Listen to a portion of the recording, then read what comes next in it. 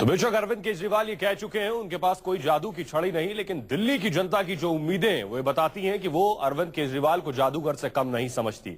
लेकिन इस जादूगर के सामने मुश्किलें भी कम नहीं है। सरकार को बाहर से समर्थन दिल्ली वाली कांग्रेस की ओर से कहा गया है कि दिल्ली की जनता के हितों को देखते हुए पार्टी ने आम आदमी पार्टी को समर्थन दिया है, लेकिन पार्टी अपनी आत्मसम्मान से कोई समझौता नहीं करेगी। दिल्ली प्रदेश अध्यक्ष अरविंदर सिंह लवली ने कहा कि उनकी पार्टी ने आपके घोषणा पत्र को समर्थन दिया है, लेकिन कांग्रेस की शान में कमी नहीं आने देंगे। दिल्ली के अंदर अगर सरकार बनाने के लेकर कांग्रेस पार्टी ने समर्थन दिया है तो कांग्रेस पार्टी की हमेशा ये नीति रही है कि जनता ने जब जब जो फैसला लिया है उसको हमने अपने सिर माथे के ऊपर लिया है। कांग्रेस के मान सम्मान के साथ, कांग्रेस के कार्यकर्ताओं के सम्मान के साथ, कांग्रेस के नेताओं के सम्मान के साथ कोई समझौता नहीं हो सकता। ये मैं तुम्हारे बारे में जो है कहना चाहता हूँ। साथ ही कांग्रेस नेता जनार्दन द्विवेदी ने भी कहा है कि आम आदमी पार्टी ने कांग्रेस के समर्थन से सरकार बनाई है। पार्टी ने राज्य की जनता के हित के लिए आम आदमी पार्टी को समर्थन दिया है। अब आप अपने वादे पूरे करें।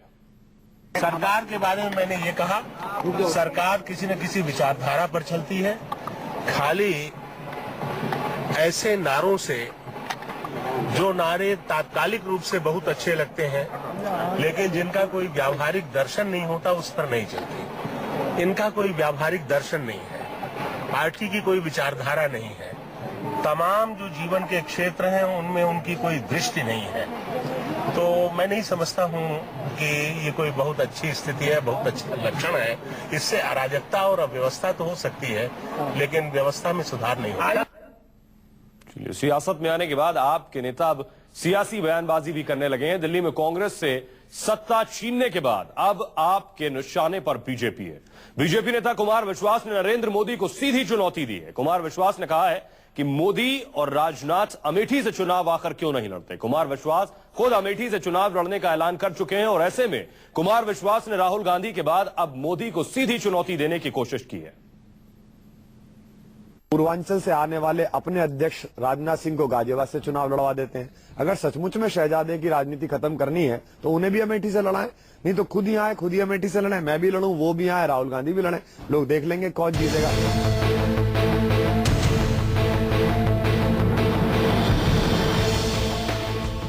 कभी से नए नवेले नेता बने कुमार विश्वास की बीजेपी के सबसे बड़े नेता को ये खुली चुनौती है। कुमार विश्वास नरेंद्र मोदी को ललकार रहे हैं। नरेंद्र मोदी ही नहीं, बीजेपी के राष्ट्रीय अध्यक्ष राजनाथ सिंह को भी विश्वास चुनौती दे रहे हैं। 2014 के लोकसभा चुनाव में राहुल गांधी के खिलाफ अमेठी से चुनाव लड़ने जा रहे कुमार विश्वास अब बीजेपी को अमेठी के मैदान में अपने अध्यक्ष या पीएम पद के उम्मीदवार को उतारने का चैलेंज दे रहे हैं। दिल्ली में पार्टी की सरकार बनने के बाद कुमार विश्वास का आत्मविश्वास 7वें आसमान पर है। दावा कर रहे हैं कि कांग्रेस की पुश्तैनी सीट अमेठी से मुकाबले में चाहे कोई भी आए, जीत उनकी पक्की है। मैं तो अमेठी में इसलिए जा रहा हूं कि वंशवाद की राजनीति को अमेठी चुनौती देना चाह रही है। अमेठी के लोग चाहते हैं कि वहां से ऐसा किया जाए, इसलिए मैं जा रहा हूं। और मैं तो मोदी जी से भी अपील करता हूं, उनके 1 घंटे के भाषण में लगभग 50 मिनट वो शहजादे पर बोलते हैं और पूर्वांचल से आने वाले अपने अध्यक्ष राजनाथ सिंह को गाजियाबाद से चुनाव लड़वा देते हैं। अगर सचमुच में शहजादे की राजनीति खत्म करनी है तो उन्हें भी अमेठी से लड़ाएं, नहीं तो खुद ही आए, खुद ही अमेठी से लड़ें। मैं भी लड़ूं, वो भी आए, राहुल गांधी भी लड़ें। बीजेपी को चुनाव लड़ने की चुनौती देने के बाद कुमार विश्वास ने शहजादे का कुनबा कहकर भी कोसा। बीजेपी के खिलाफ तल्ख होती आप पार्टी के बड़बोले नेता कुमार विश्वास ने बीजेपी को भी उनके शहजादे गिनवाए। भारतीय जनता पार्टी में बहुत शहजादे हैं। देखिएगा, ओपी बब्बर के लड़के को इस बार लड़ाया उन्होंने, वो आम आदमी पार्टी के प्रत्याशी ने हराया। जो अपने वीके मल्होत्रा साहब हैं, वरिष्ठ भाजपा नेता, उनके बेटे को लड़ाया, जिसको आम आदमी पार्टी के सौरभ भारद्वाज ने हराया। साहब सिंह वर्मा जो पूर्व वो थे, मुख्यमंत्री थे, उनके बेटे को हराया। तो भाजपा में भी खूब शहजादे हैं। परिवारवाद की राजनीति पर कांग्रेस को निशाने पर लेने वाली बीजेपी अब इस मुद्दे पर आपके निशाने पर है। इसके अलावा भ्रष्टाचार के जिस मुद्दे को मोदी अपनी हर रैली में कांग्रेस के खिलाफ भुनाते हैं, उसे भी कुमार विश्वास हथियार बनाकर बीजेपी पर साध रहे हैं। उन्होंने मध्य प्रदेश में बीजेपी के सीएम की तुलना प्रधानमंत्री मनमोहन सिंह से की है।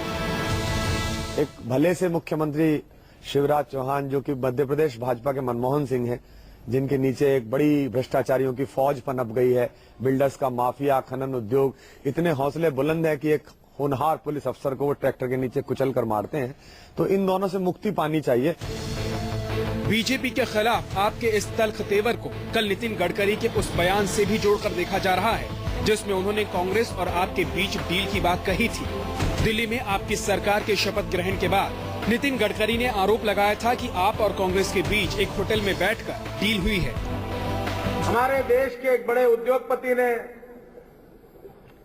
अरविंद केजरीवाल और कांग्रेस पार्टी के नेताओं में एक डील करा के दी है। उस होटल में दोनों ने मिलकर क्या कहा, क्या खाया, कैसे थे, सब जानकारी देने वाले व्यक्ति ने मुझे खुद बताया। जो बीच में मीडिएटर करके काम कर रहे थे उन्होंने बताया कि अब नीति इतनी है कि किसी भी हालत में भारतीय जनता पार्टी को रोको। नितिन गडकरी के इस बयान ने नया विवाद तो खड़ा किया ही, आम आदमी पार्टी को भी बीजेपी के खिलाफ तल्ख होने के लिए न्योता दे दिया। लिहाजा आपने भी अपने तरकश से तीर निकालने शुरू कर दिए हैं। अब आपके इस तेवर को दिल्ली के बाद राष्ट्रीय राजनीति में कूच की रणनीति कहें या फिर नितिन गडकरी का आप पर हमले का नतीजा, जो भी हो संकेत साफ है कि देश में एक और ताकत पर फैलाने के लिए बेताब है और अगर दिल्ली की तरह कांग्रेस और बीजेपी उसे नजरअंदाज करेगी तो भूल का अंजाम बुरा भी हो सकता है। Bureau report, news 24। तो लोगों के सामने आपके रूप में एक और विकल्प है। बेशक यही वजह है कि बाकी सियासी पार्टियां भी नाराज है। जेडीयू नेता साबर अली ने कहा है कि कुमार विश्वास हद पार कर रहे हैं। इसको कहां से लड़ना है वो तो पार्टी और उसके अपने मन पर है। पूरे देश में यही 2 सीट नहीं है, ये तो बड़बोलापन है। 28 सीट आप दिल्ली में आ जाने के बाद बात नहीं है कि आप पूरे देश के राजा हो। और वैसे भी कुमार विश्वास को बड़बोलापन बनने की आदत है। वो अपने दायरे से बहुत ज्यादा फलांग लगाते हैं और मैं तो यूं कहूं कि उनको इतनी तमीज भी नहीं कि कैमरे पर किस तरह हमारी सभ्यता क्या है। वो शायर भी हैं, कवि भी हैं, लेकिन उनको सभ्यता खुद पता नहीं है कुमार विश्वास को बात करने की।